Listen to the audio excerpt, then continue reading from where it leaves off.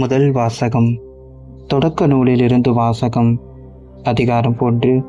இறை வார்த்தைகள் 26 மற்றும் அதிகாரம் 2 இறை வார்த்தைகள் 3 வரை. கடவுள் மானிடரை நம் உருவிலும் நம் சாயலிலும் உண்டாக்குவோம். அவர்கள் கடல் மீன்களையும் வானத்து பறவைகளையும் கால்நடைகளையும் மண்ணுலகம் முழுவதையும் நிலத்தில் ஊர்வன யாவற்றையும் ஆளட்டும் என்றார்.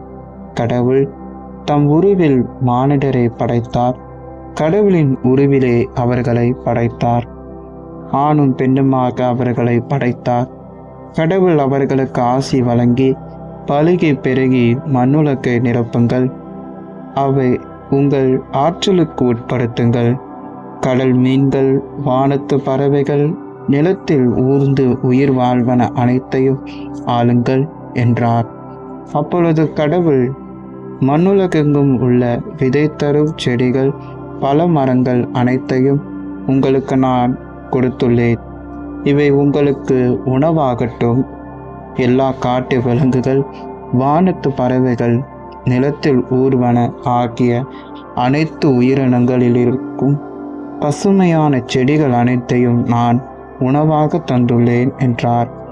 அது அவ்வாறே ஆயிற்று. கடவுள் தாம் உருவாக்கிய அனைத்தையும் நோக்கினார். அவை மிகவும் நன்றாய் இருந்தன. மாலையும் காலையும் நிறைவுற்று 6ஆம் நாள் முடிந்தது. விண்ணுலகம் மண்ணுலகம் அவற்றிலுள்ள அமைப்புகள் அனைத்தும் உருவாக்க பெற்று நிறைவை ஏந்தின. மேலும் கடவுள் தாம் செய்த வேலைகள் 7ஆம் நாளில் ஓய்ந்திருந்தார். கடவுள் 7ஆம் நாளுக்கு ஆசி வழங்கி அதை புனிதப்படுத்தினார். ஏனெனில் கடவுள் தாம் செய்த படைப்பு வேலைகள் அனைத்தையும் நிறைவு பெறச் செய்து அந்நாளில் தான் ஓய்ந்திருந்தார். ஆண்டவர் வழங்கும் அருள்வாக்கு. இறைவனுக்கு நன்றி. பதிலுரை பாடல். திருப்பாடல் 90. நீங்கள் பாட வேண்டிய பல்லவி. ஆண்டவரே, நாங்கள் செய்பவற்றில் வெற்றி அருளும். ஆண்டவரே, நாங்கள் செய்பவற்றில் வெற்றி அருளும். மலைகள் தோன்றும் முன்பே நிலத்தையும் உலகையும் நீர் உருவாக்கும் முன்பே ஊழி காலமாய் உள்ள இறைவன் நீரே. மனிதரை புழுதிக்கு திரும்பிடச் செய்கின்றீர். மானிடரை மீண்டும் புழுதியாகுங்கள் என்கின்றீர். ஏனெனில் 1000 ஆண்டுகள் உம் பார்வையில் கடந்து போன நேற்றைய நாள் போலவும் இரவின் ஒரு சாமம் போலவும் உள்ளன. எங்கள் வாழ்நாட்களை கணிக்க எங்களுக்கு கற்பியும். அப்பொழுது நானும் மிகு உள்ளத்தை பெற்றிடுவோம். ஆண்டவரே, திரும்பி வரும். எத்துணை காலம் இந்நிலை உம் ஊழியருக்கு இரக்கம் காட்டும். காலை தோறும் உமது பேரன்பால் எங்களுக்கு நிறைவழியும்.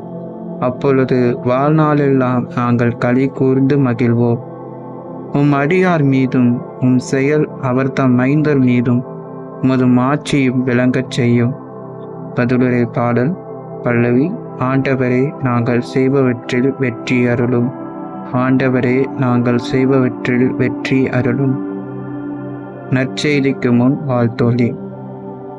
ஆண்டவர் போற்றி போற்றி. நாளும் நம்மை அவர் தாங்கிக் கொள்கின்றார். இறைவனே நம் மீட்பு. நற்செய்தி வாசகம். தூய மத்தேயு எழுதிய நற்செய்தியிலிருந்து வாசகம். இயல் 13.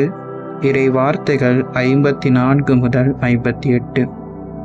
அக்காலத்தில் இயேசு தமது சொந்த ஊருக்கு வந்து அங்குள்ள தொழுகை கூடத்தில் அவர்களுக்கு கற்பித்தார். அதை கேட்டவர்கள் வியப்பில் ஆழ்ந்தார்கள். அவர்கள், எங்கிருந்து இந்த ஞானம் இவருக்கு வந்தது? எப்படி இந்த வல்ல செயல்களை செய்கிறார்? இவர் தச்சருடைய மகன் அல்லவா? இவருடைய தாய் மரியா என்பவர்தானே? யாக்கோபு, யோசேப்பு, சீமோன், யூதா ஆகியோர் இவருடைய சகோதரர் அல்லவா? இவர் சகோதரிகள் எல்லாரும் நம்மோடு இருக்கிறார்கள் அல்லவா? பின் இவருக்கு இவை எல்லாம் எங்கிருந்து வந்தன என்றார்கள். இவ்வாறு அவரை ஏற்றுக்கொள்ள அவர்கள் தயங்கினார்கள். இயேசு அவர்களிடம், நம் சொந்த ஊரிலும் வீட்டிலும் தவிர மற்ற எங்கும் இறைவாக்கினர் மதிப்பு பெறுவர் என்றார். அவர்களுக்கு நம்பிக்கை இல்லாததால் அவர் அங்கு பல வல்ல செயல்களை செய்யவில்லை. ஆண்டவரே அருள்வாக்கு. இறைவனுக்கு நன்றி. உழைப்பாளிகளையும் உழைப்பையும் மதித்து பாராட்டுவோம். மே தினம் என்று அழைக்கப்படும் மே 1ஆம் நாள் உலக தொழிலாளர் நாளாக தொழிலாளர்கள் மற்றும் அவர்களின் உழைப்பை கௌரவிக்கும் வகையில் அனுசரிக்கப்படுகிறது. இந்நாளில் நமது திரு அவை புனித யோசேப்பு தொழிலாளர்களின் பாதுகாவலர் என்ற விழாவை சிறப்பிக்கிறது. நாசரேத்து குடும்பத்தின் வாழ்க்கையில் அன்பின் அன்றாட வெளிப்பாடாக வேலை இருந்தது. தனது குடும்பத்தினை ஆதரிப்பதற்காக யோசேப்பு தச்சராக பணி செய்தார். அதனால்தான் இயேசு தச்சரின் மகன் என அறியப்பட்டார். ஒரு தச்சருடைய மகன் தச்சு தொழிலில் சிறந்தவராக இருந்திருந்தால் நாசரேத்து மக்கள் இயேசுவை புகழ்ந்திருப்பார்கள். ஆனால் தச்சனின் மகன் நாணத்துடன் கூடிய வல்ல செயல்கள் செய்யும்போது மக்களால் ஏற்றுக்கொள்ள முடியவில்லை. இயேசுவின் அம்மாவை தெரியும், அப்பாவை தெரியும், சகோதரனை தெரியும், சகோதரியை தெரியும் என்பதெல்லாம் இந்த குடும்பத்தில் இருந்து தச்சன் உருவாகலாம், எப்படி வல்ல செயல்கள் செய்பவர் உருவாக முடியும் என்ற மக்களின் சிந்தனையை வெளிப்படுத்துகின்றது. ஒரு வகையில் இதுவும் படிநிலை தர்மத்தை, குல தொழிலை நினைவுபடுத்துகிறது.